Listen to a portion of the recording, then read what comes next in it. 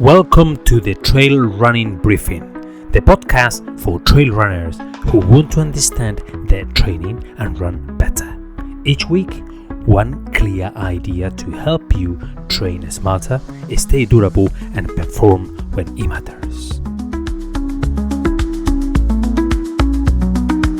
Episode 11: The cost of going too hard.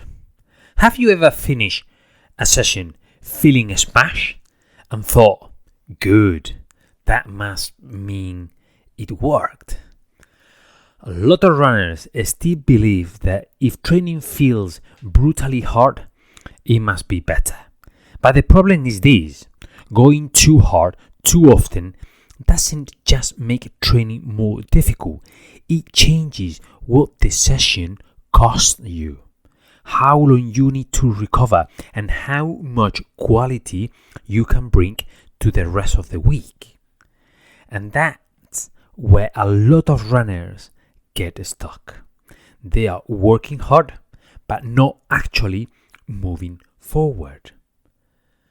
The core idea is simple. A session is not just about what it gives you, it's also about what it costs you. That cost is not only physical fatigue, it's also the effect of your next run, your next quality session, your sleep, your mood, and your consistency across the week. High intensity has value. It can improve performance, it can raise aerobic power, improve speed, and create a strong training stimulus. But it is expensive, and because it is expensive, it has to be used carefully. This is where many runners get it wrong. They judge training only by how hard a session feels in the moment. But endurance performance is rarely built by winning one workout. It is built by stacking weeks and months of work you can actually absorb. That's why so much endurance training, especially in well-trained athletes, sits at low intensity. Not because easy running is unimportant, but because it is repeatable. It lets you build volume, maintain frequency, and stay healthy enough to keep progressing. Reviews of endurance training practices consistently show that successful endurance athletes perform most of the training at low intensity with a much smaller amount of high intensity work. The mental model I want you to remember is this: hard training is a powerful tool, but an expensive one. Use too little and you may leave performance on the table. Use too much and the cost starts to outweigh the benefit. When that happens, a few things usually show up. Easy runs stop feeling easy. Moderate runs drift too hard. Quality days lose quality. Legs stay flat. Motivation drops. Sleep can worsen. Small niggles appears.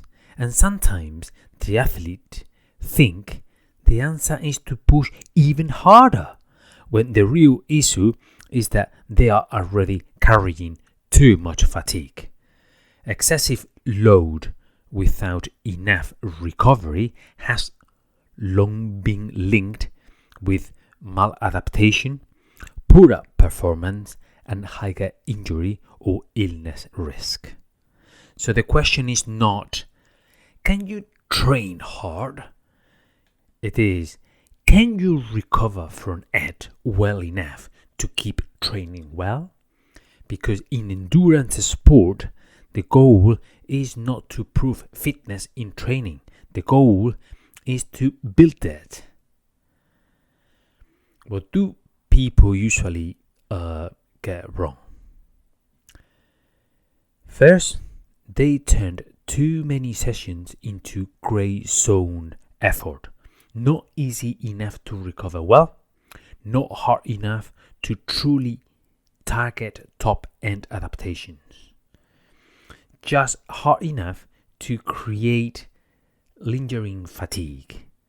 That often happens because runners chase pace, ego, Strava, or the feeling that every run has to count.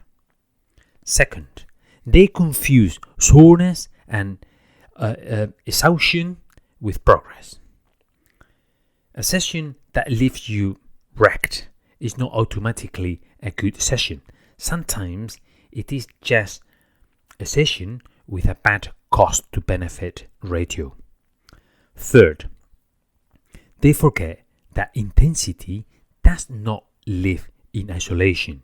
It interacts with long runs, vertical gain, downhill damage, life stress, sleep, nutrition, and total volume.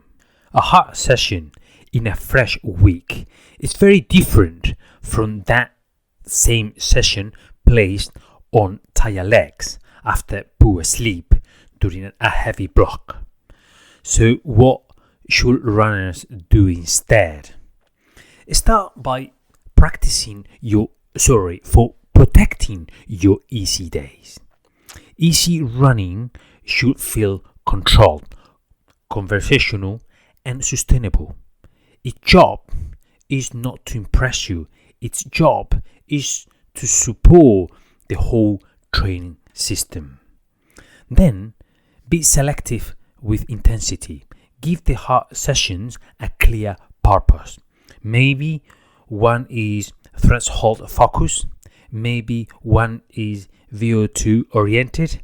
Maybe for an ultra runner, it is more about climbing strength or controlled sustained work. But don't make everything hard. A useful rule for endurance coaching and from the broader literature is that most training should stay easy, with hard work remains limited and intentional. In many successful endurance modules, around 80% of training is low intensity and roughly 20% or less is harder work, though the exact split depends on the athlete's event and training phase. Also, watch for the warning signs that the cost is climbing. Persistent heaviness, unusual irritability, declining session quality, trouble sleeping, elevated sense of effort at normal paces, high heart rate variability, and repeated small niggles. Research on training load shows that sudden increases, monotony, and poorly managed fatigue are associated with higher injury risk. For ultra runners, especially, this matters even more. Your event is not won by how often you can bury yourself in training. It is won by durability, repeatability, and the ability to keep showing up healthy enough to build the engine over time. So before pushing harder, ask, is this session giving me something unique, or is it just adding cost? That one question can save a lot of wasted training. Here's the takeaway. The best session is not the hardest session. It is the hardest session you can recover from and still train well after. Because fitness is not built by one heroic workout. It is built by consistent work you can absorb. That's today's trail running briefing. Understand your training, apply it on the trail, and run better.